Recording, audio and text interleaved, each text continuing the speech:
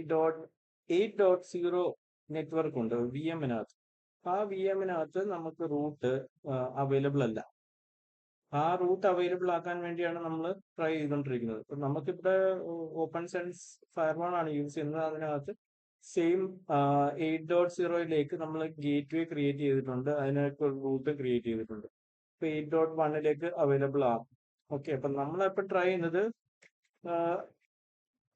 ഇപ്പം പിങ് ചെയ്ത് നോക്കുക. 192.168.8.1ലേക്ക് നമ്മൾ പിങ് ചെയ്ത് നോക്കുക. അപ്പൊ നമുക്ക് അവൈലബിലിറ്റി ഉണ്ട്. ബട്ട് ആ വി എമ്മിന്റെ ഒരു ഗേറ്റ് വേ, വർക്ക് സ്റ്റേഷന്റെ ഒരു ഗേറ്റ് വേ ആണത്. പിന്നെ നമുക്ക് 8.129ലേക്ക് നമുക്ക് ആക്ച്വലി ഒരു ലാബ് ക്രിയേറ്റ് ചെയ്തിട്ടുണ്ട്. അപ്പൊ ഇവിടെ നോക്കുകയാണെങ്കിൽ 192.168.8.129 നമുക്ക് അതിനകത്തോട്ട് ആക്സസ് കിട്ടുന്നില്ല. ഓക്കെ, നമ്മുടെ ഒരു മെയിൻ ബേസിക് ഇഷ്യൂ, ഇതൊരു റൗട്ടിങ് ഇഷ്യൂ ആണ് ആക്ച്വലി. പക്ഷെ നമുക്ക് അതിന്റെ ഗേറ്റ് വേ വരെ കിട്ടുന്നുണ്ട്. ഓക്കെ, നമ്മള് കുട്ടി യൂസ് ചെയ്തിട്ട് നമുക്കത് അതിന്റെ ആ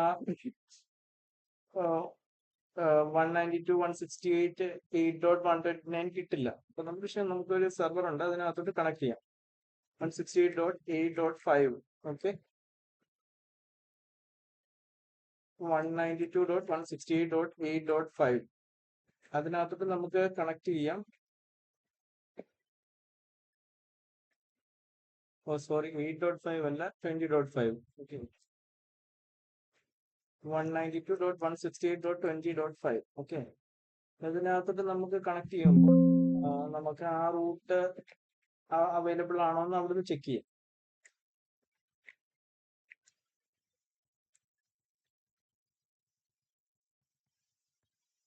Okay, we will check the availability of that route from here. Okay. So എനിക്ക് ആ സെർവറിനകത്തുനിന്ന് 129 ലാബിലേക്ക് നമുക്ക് ആക്സസ് ഉണ്ട്. ഓക്കെ, ബട്ട് നമ്മുടെ ലോക്കൽ ലാനിൽ നിന്നാണ് ഇത് നമുക്ക് കിട്ടാത്തത്. ലോക്കൽ ലാൻ ഞാൻ ലാനിന്റെ ഒരു വൈഫൈ നെറ്റ്വർക്ക് ആണ് യൂസ് ചെയ്യുന്നത്. 8.129ലേക്ക് നമുക്ക് പിങ് ചെയ്യത്തില്ല. പക്ഷെ 8.1ലേക്ക് നമുക്ക് പിങ് ചെയ്യും. ഓക്കെ, ഇപ്പം നമുക്ക് ഇത് 20 നെറ്റ്വർക്ക് ആണ്. ഇപ്പൊ IP റൂട്ട് എടുത്തു കഴിഞ്ഞാൽ സോറി, IP കോൺഫിഗ് എടുത്തു കഴിഞ്ഞാൽ ഇത് ഒരു 20.166 എന്നുള്ള ഒരു നെറ്റ്വർക്ക് ആണ്. അതിനകത്ത് ഗേറ്റ് വേ ആണ് 20.5. ഗേറ്റ് വേയിലാണ് നമ്മൾ ഇപ്പോൾ നിൽക്കുന്നത്. ഗേറ്റ് വേയിൽ നിന്ന് കഴിഞ്ഞാൽ നമുക്ക് ആക്ച്വലി ഈ ഗേറ്റ് വേന്ന് നമുക്ക് 192.168.8.129ലേക്ക് പിങ് ഉണ്ട്. ബട്ട് ലാനിൽ നിന്നില്ല. ഇതൊരു റൗട്ടിംഗ് ഇഷ്യൂ ആണ്. അപ്പൊ ഇതെങ്ങനെ നമുക്ക് സോൾവ് ചെയ്യണമെന്നുള്ള രീതിയിലാണ് നമുക്ക് അടുത്തതായിട്ട് നോക്കുന്നത്. ഓക്കെ, ബട്ട് നമുക്ക് ബാക്കിയുള്ള സർവീസസ് എല്ലാം അവൈലബിൾ ആണ്. ഇനി നമ്മൾ ഈ 129ലേക്ക് നമുക്ക് ഇവിടുന്ന് ടെൽനെറ്റ് ചെയ്ത് കയറി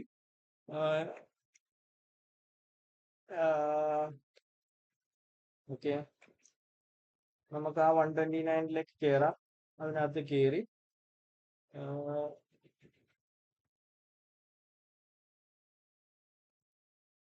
നോക്കട്ടെ.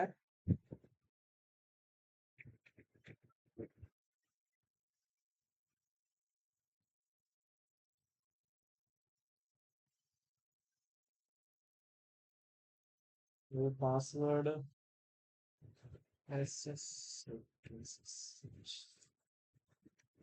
റൂട്ട് നോക്കുന്നത് 192.168.8.129. ഓക്കെ, നമുക്ക്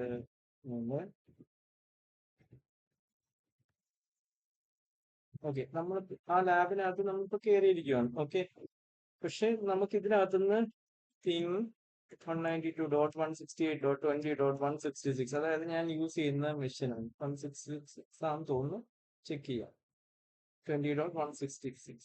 അതെ, അപ്പം 20.166നകത്തുനിന്ന് ഇവിടുന്ന് നമുക്ക് പിങ് ചെയ്യാൻ പറ്റുന്നില്ല.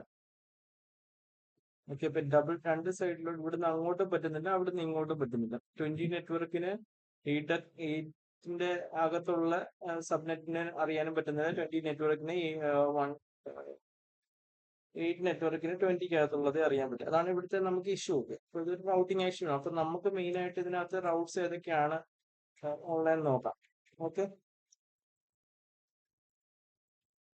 ഇതിനകത്ത് നമുക്ക് 8 നെറ്റ്വർക്കിലേക്ക് കമ്മ്യൂണിക്കേറ്റ് ചെയ്യാൻ വേണ്ടി ഇതിന്റെ 8.129 ആണ് നമുക്ക് കിടക്കുന്നത്. ഓക്കെ, 8.129. അപ്പൊ നമ്മൾ ഏത് 8 നെറ്റ്വർക്കിൽ നിന്നും അതിന്റെ ഗേറ്റ് വേ ആയ 8.129 വഴിയാണ് പോകുന്നത്. ഓക്കെ, ഇത് നമുക്ക് ചേഞ്ച് ചെയ്ത് നോക്കാം. പിന്നെ വേറെ രണ്ട്, അത് ഡോക്കർ ആണ് ഇതിനകത്ത് കിടക്കുന്നത്. അപ്പൊ നമുക്ക് ഈ റൗട്ടിംഗ് ഇഷ്യൂ എങ്ങനെയാണ് സോൾവ് ചെയ്യുന്നതെന്നാണ് നമുക്കിപ്പോ നോക്കേണ്ടത്. ഓക്കെ, ഇനി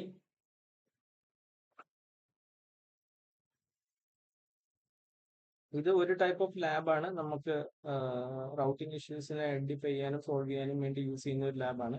so will be further analysing. So ഇങ്ങനെ എങ്ങനെ സോൾവ് ചെയ്യാവുന്ന രീതിയിലും എങ്ങനെ ഫൈൻഡ് ഔട്ട് ചെയ്ത് റൂട്ട് ആഡ് ചെയ്ത് ചെയ്യാവുന്ന രീതിയിലും നെക്സ്റ്റ് എപ്പിസോഡിൽ നമുക്ക് ആക്ച്വലി കാണാം.